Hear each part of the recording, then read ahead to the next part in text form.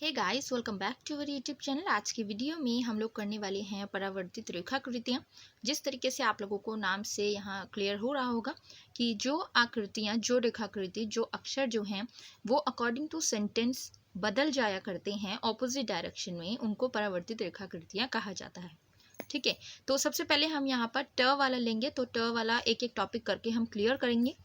ट हमारा इस तरीके से बनाया जाता है, आप लोगों को पता होगा, लेकिन अकॉर्डिंग टू सेंटेंस उसको इस तरीके से भी बनाया जाता है। आज हम यही डिस्कस करने वाले हैं, तो चलिए स्टार्ट करते हैं आज का वीडियो। आप लोगों को कुछ नहीं करना है, सिंपल कुछ रूल याद रखने हैं, और वो रूल्स भी ज़्यादा नहीं है, 1 या 2 या 3 ही है। तो सबसे पहला क्या है, अगर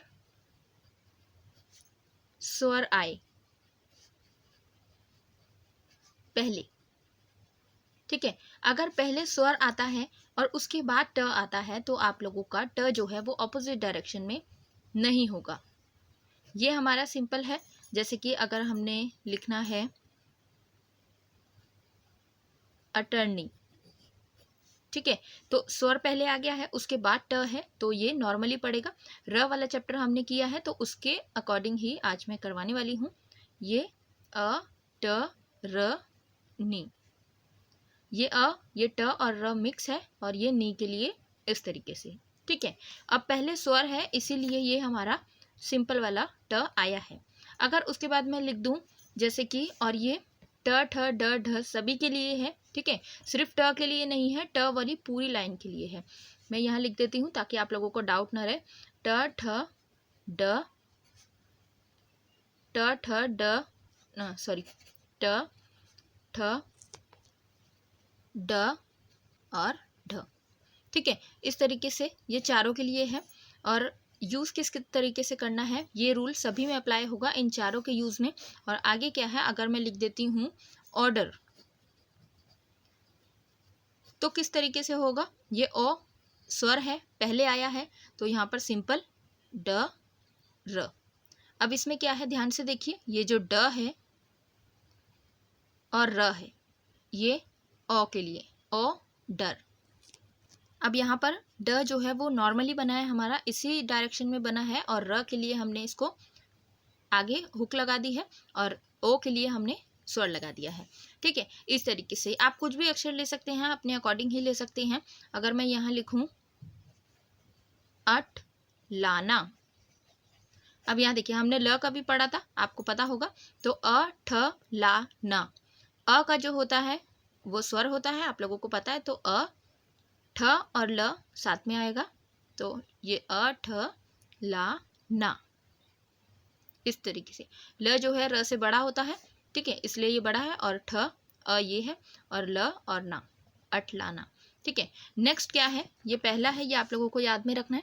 उसके बाद दूसरा क्या है, आप लोगों का ये टॉपिक बिल्कुल आसान बन जाएगा अगर आप लोग एक तरीके से करेंगे। जैसे कि क्या है, अगर राइट और लेफ्ट आप लोगों को पता होगा, तो अगर जो लेटर जो है राइट साइड से लिखे जा रहे हैं, ठीक है, अगर राइट साइड से आ रहे हैं तो हमारा ये नॉर्मल वाला ही यूज़ होगा, ट ये वाला, ठीक है, जो कि राइट साइड से ही स्टार्ट होता है, इस तरीके से। अगर मान लीजिए हमने लिखना है शटल, ये श, ये टल, ठीक है, तो ये राइट साइड से ही आया है श, ठीक है, इसलिए हमारा ये वाला लग गया। अगर हमें लिखना है जठर, तो ये ज जो है वो भी राइट साइड से आ रहा है, और उसके बाद थ और र, ठीक है, इस तरीके से। अब क्या है, आप लोग और एग्जाम्पल ले सकते हैं, जैसे कि अगर मैं लिख दूं डरावना, ठीक है, तो इसके लिए क्या है, ये ड रा, अब व जो है वो भी राइट साइड की तरफ ही जा रहा है, और ना, डरावना। अब जो र का है वो हम इधर लगा देंगे, डरावना, इस तरीके से बन गया है। ठीक है, अब क्या है, ये वाला इतना ही है सिर्फ कि कहाँ कहाँ पर हम इसको यूज़ कर सकते हैं, क्योंकि हमने पहले जितने भी चैप्टर किए हैं उसमें यही वाला यूज़ आएगा। तो यहाँ पर ये एक रूल बना दिया है कि ये मैंने राइट साइड वाला रूल खुद बनाया है। ठीक है, तो आप लोग अप्लाई करके देख सकते हैं, अगर आप लोगों को भी ठीक लगता है तो आप लोग फॉलो कर सकते हैं। वैसे क्या है, मोस्टली इसी तरह से दिया गया है कि अगर जो राइट साइड से आ रहा है वहाँ पर मोस्टली यही रूल अप्लाई हो रहा है कि हमें नॉर्मल वाला, यही राइट साइड वाला ही ट यूज़ करना है। ठीक है, तो जो भी लेटर अगर राइट साइड से स्टार्ट हो रहा है या राइट साइड में जा रहा है तो वहाँ पर आप लोगों को यही वाला ट यूज़ करना है।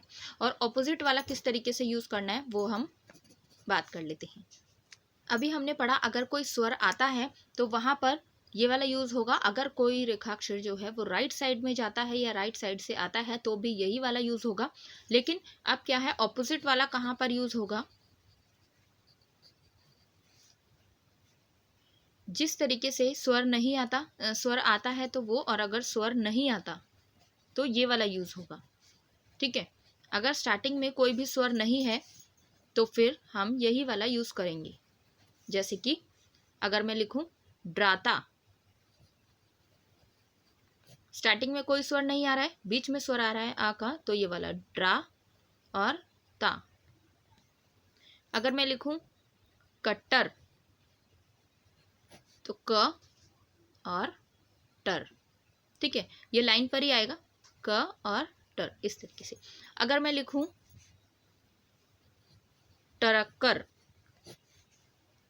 ये ट, ये र और ये कर, ये जो क के साथ र बनाया है टर, और ये इस तरीके से ही बन जाता है, क्योंकि यहाँ पर इस तरीके से हमें बनाने की ज़रूरत नहीं पड़ती कि उसको अलग से बनाएं, तो यहाँ पर ये साथ में ही बन जाता है इस तरीके से। ठीक है, अगर मैं लिखूं डराना, ड रा और ना। ठीक है, ये सिंपल है, बहुत सिंपल है। बस आपको ये याद रखना है कि अगर कोई स्वर नहीं आ रहा है तो ये, और अगर स्वर आ रहा है तो ऊपर वाला यूज़ करना है। ठीक है, और सेकंड चीज़ क्या है, एक इसमें दो इसके हैं और दो इसके हैं, एक दूसरे से कोऑर्डिनेट करके याद किए जा सकते हैं। जिसमें स्वर आ रहा है वो कौन सा है, जिसमें नहीं आ रहा है वो कौन सा है। ठीक है, और एक राइट वाला बताया था, अगर राइट वाला है तो वो किस तरीके से यूज़ होगा, और अब क्या है, इसके ऑपोजिट डायरेक्शन में है लेफ्ट वाला। ठीक है, अगर लेफ्ट से कुछ स्टार्ट हो रहा है, वहाँ पर ऊपर हमने देखा था वो राइट से आ रहे थे इस तरीके से, अब हमें लेफ्ट वाला देखना है, तो लेफ्ट से जो भी लेटर आएंगे उसमें हमारे ये ऑपोजिट वाला ट यूज होगा। जैसे कि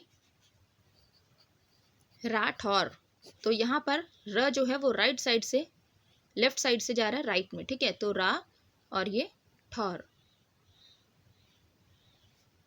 तो ये कहाँ से लेफ्ट साइड से गया है राइट में, और वो राइट से आ रहा था लेफ्ट में। ठीक है, तो लिखने में अब आप थोड़ी सी प्रैक्टिस कर लेंगे तो आप लोगों को इजीली याद हो जाएगा कि लिखने में किस तरीके से कंफर्टेबल रहता है।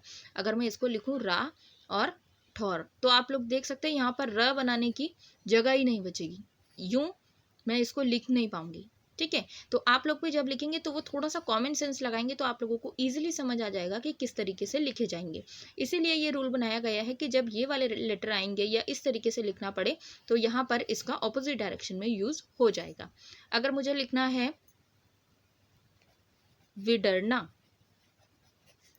ये वी, ये डर और ये ना।